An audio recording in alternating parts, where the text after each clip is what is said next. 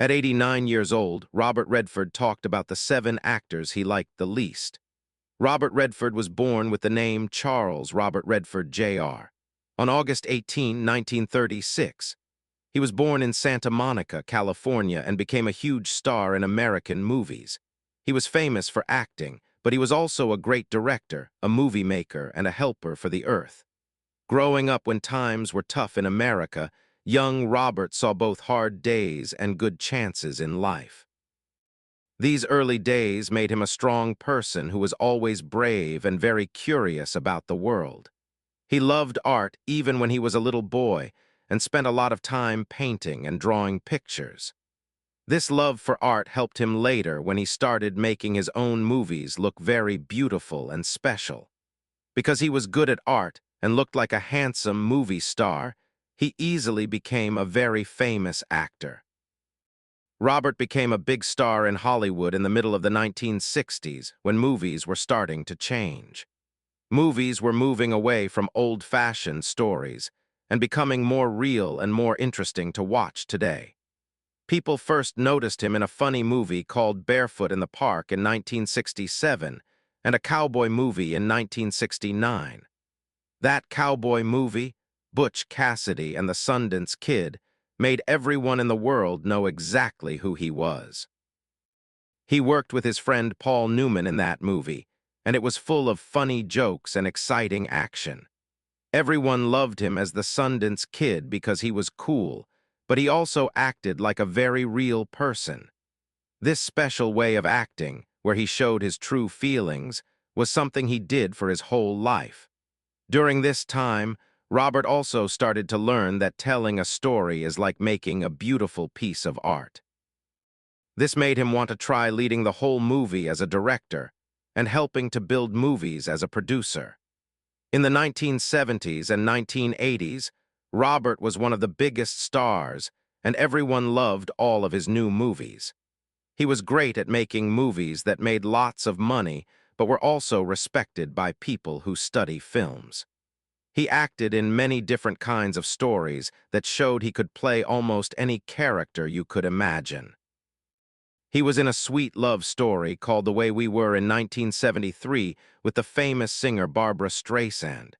Then he played a brave news reporter in a serious movie called All the President's Men in 1976 about a big secret. Robert did a lot of homework for his roles because he wanted to act exactly like the person in the story. He didn't just say lines. He thought very hard and studied a lot so he could truly become his character. His acting was very calm but very strong, which made people want to watch him and care about his roles. He created characters that felt like real people we might know, which is why people still love his movies today. Besides being a great actor, Robert Redford is also famous for the work he did behind the movie cameras. He directed his first movie called Ordinary People in 1980, which was a very sad and touching story about a family. This movie was so good that he won a big Academy Award for being the best director in Hollywood that year.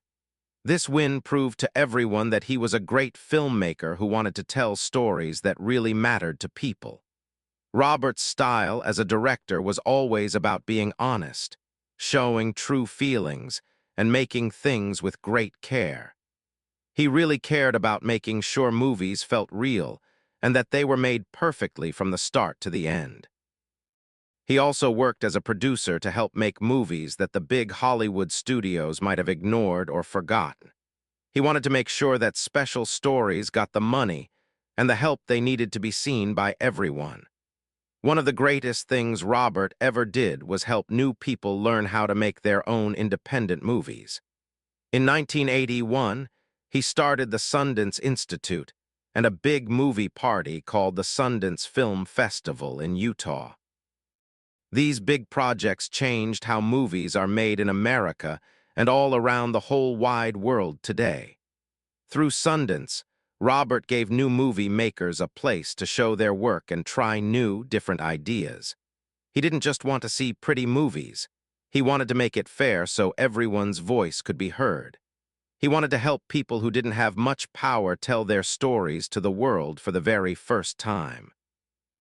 Today, the Sundance Festival is still a very famous place for new ideas because Robert cared so much about art. Robert Redford's private life has always been very interesting to people because he is such a big and famous star. People also liked learning about his life because he had very deep and important relationships with the people he loved. His marriages happened during different parts of his life, and each one was like a big new chapter in his book. Robert's first marriage was to a smart lady named Lola Van Wagenen in 1958, and it changed his life forever. When they met, Robert was just a young man trying to figure out what he wanted to do with his life. He had some hard times and losses when he was young, and he wasn't a famous movie star yet back then.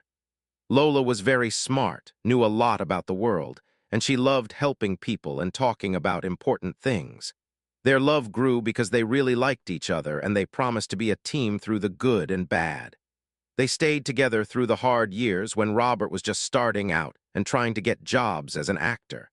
They lived through the times when he didn't get the job and the times when he suddenly became very famous. They were married for 27 years and had 4 children named Scott, Shauna, David James, and his daughter Amy. Having a family helped Robert stay like a normal person even when he became one of the most famous men alive. Their marriage lasted through the years when Robert was becoming a giant superstar in many different hit movies. He went from being a new actor in the 60s to a famous director and the man who started Sundance. Lola was very smart and loved history, and she helped keep Robert calm and focused during all the movie craziness. She was a great mom and also did her own important work helping people and teaching others about the world. Even though they decided to stop being married in 1985, they were still very nice and respectful to each other. They had spent almost 30 years together, which is a very long time to grow and learn with another person.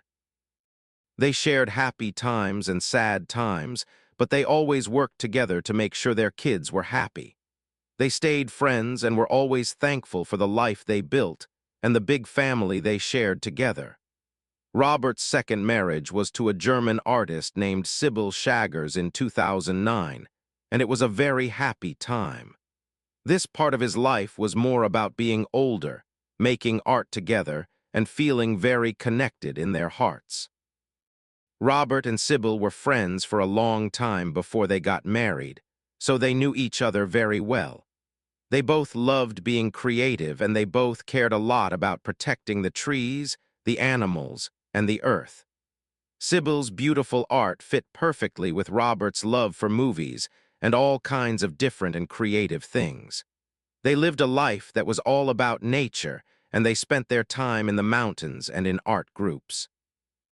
This marriage showed how Robert had changed from a busy young actor into a wise man looking for peace.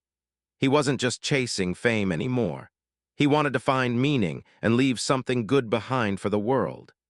Sybil's art about the weather and the earth is just like the work Robert does to help save the planet. They work together to protect nature and to help young artists share their voices through the Sundance programs. People say their relationship is very quiet and peaceful, and it makes them both feel very happy and creative. It is a partnership based on liking the same things and being kind to each other, not on being famous stars. At 89 years old, Robert Redford surprised everyone in Hollywood when he did a very honest and rare interview. In a very surprising moment, he named 7 actors that he really did not like working with during his career. Robert is usually very nice, but he said some people were so difficult that it was almost impossible to work. As he talked, he sounded like a man who had seen everything in his long life of 90 big years. He had lived through many great wins, many annoying problems, and he had learned a lot of lessons along the way. The first person on his list was Lee Marvin, who was an actor Robert met when he was just starting out. Robert said Lee was a great actor, But he was also very wild, and you could never get him to behave. He would come to work late, he was often messy from drinking, and he acted like he wanted to fight everyone. Working with him was like trying to stay safe during a giant, scary rainstorm every single day on the set. Even though Robert knew Lee was talented, he said being around someone so wild was just too much for him. Next, he talked about Steve McQueen, who was another famous actor who played tough guys just like Robert did. Robert said Steve was way too competitive and always wanted to be the most important person in every single scene. He wanted every line of talking, every camera shot, and every cool movie stunt to be only for him and nobody else. If Robert even made a tiny sound, Steve would get mad and say Robert was trying to steal his attention. Even though people thought they were friends, Robert said the fighting was real and it made him feel very tired. Then he spoke about Marlon Brando and called him a genius who didn't care about anyone else's time or hard work. Robert remembered waiting for hours while Brando stayed in his trailer and refused to come out to film the movie. Brando would only come out when everything was exactly the way he wanted it, even if his rules were very weird. Robert said this taught him how to be patient, but it also made him feel very stressed out and unhappy. Pie inside. The fourth actor was Richard Harris, and Robert said he was like a ball of fire that caused total chaos. He was very talented and people liked him, but Robert said he was almost always drinking too much alcohol. Robert said Harris would be great for 1 minute and then make no sense the next, which was very confusing. This meant everyone else had to work twice as hard just to make the movie look good and finish the scene. Robert said Harris was exciting to watch, but he was a total nightmare to be around when the cameras were off. Then he talked about Warren Beatty and said he was a nice guy, but he tried to control every little thing. He would try to tell the directors, the camera people, and all the other actors exactly what they should do. You couldn't even take a breath without Warren trying to tell you the right way to move your own lungs. Robert laughed about it now, but he said working with him was like being in a show where Warren was the boss. The sixth actor was James Caan, whom Robert said was very smart but also very angry and ready to fight. Robert said James was a great actor, but he made everyone feel nervous like they were walking on tiny eggshells. You could never tell if he was just acting like he was mad or if he was actually going to hit someone. Robert said the tension made it very hard for the other people on the set to relax and do their jobs. Finally, Robert talked about Oliver Reed and said he was the wildest man he had ever met in the movie business. Oliver liked to drink, play mean tricks, and act crazy, which made filming a movie feel like a dangerous game. Robert said Oliver lived his life like a person jumping out of a plane without a parachute to keep him safe. That might be fun if you are hanging out at a party, but it is not good when you are making a movie. Even though those were bad memories, Robert ended the talk by saying he learned a lot from those difficult people. He learned how to be a professional, how to wait calmly, and how to be a humble person who listens. You don't learn the big lessons from easy people. You learn from the ones who make you feel very frustrated. On September 16, 2025, Robert Redford died very quietly in his sleep at his beautiful home in Sundance, Utah. He was 89 years old, and the news of his death made the whole world feel very sad and very quiet. It was the end of a long life that changed movies, helped the earth, and helped many artists for 60 years. He passed away in the place he loved most, which was the spot that showed everything he believed in his heart. He was in the quiet mountains covered in green trees, the place he built as a safe home for artists everywhere.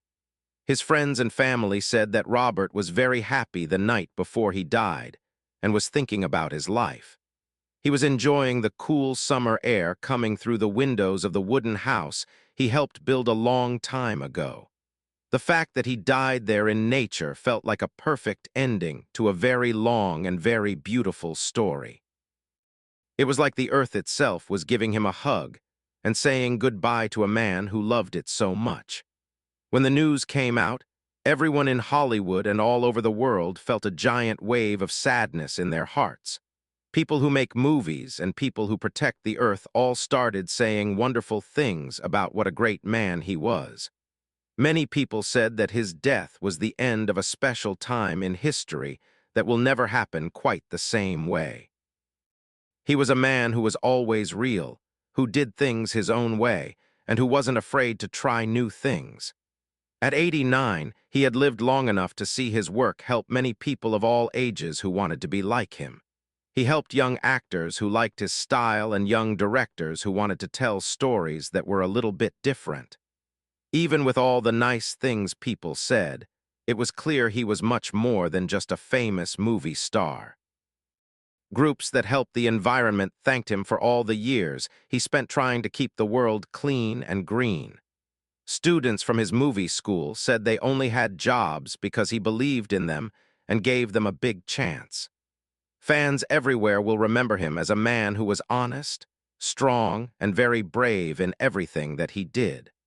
Would you like me to find some photos of Robert Redford's most famous movie roles for you?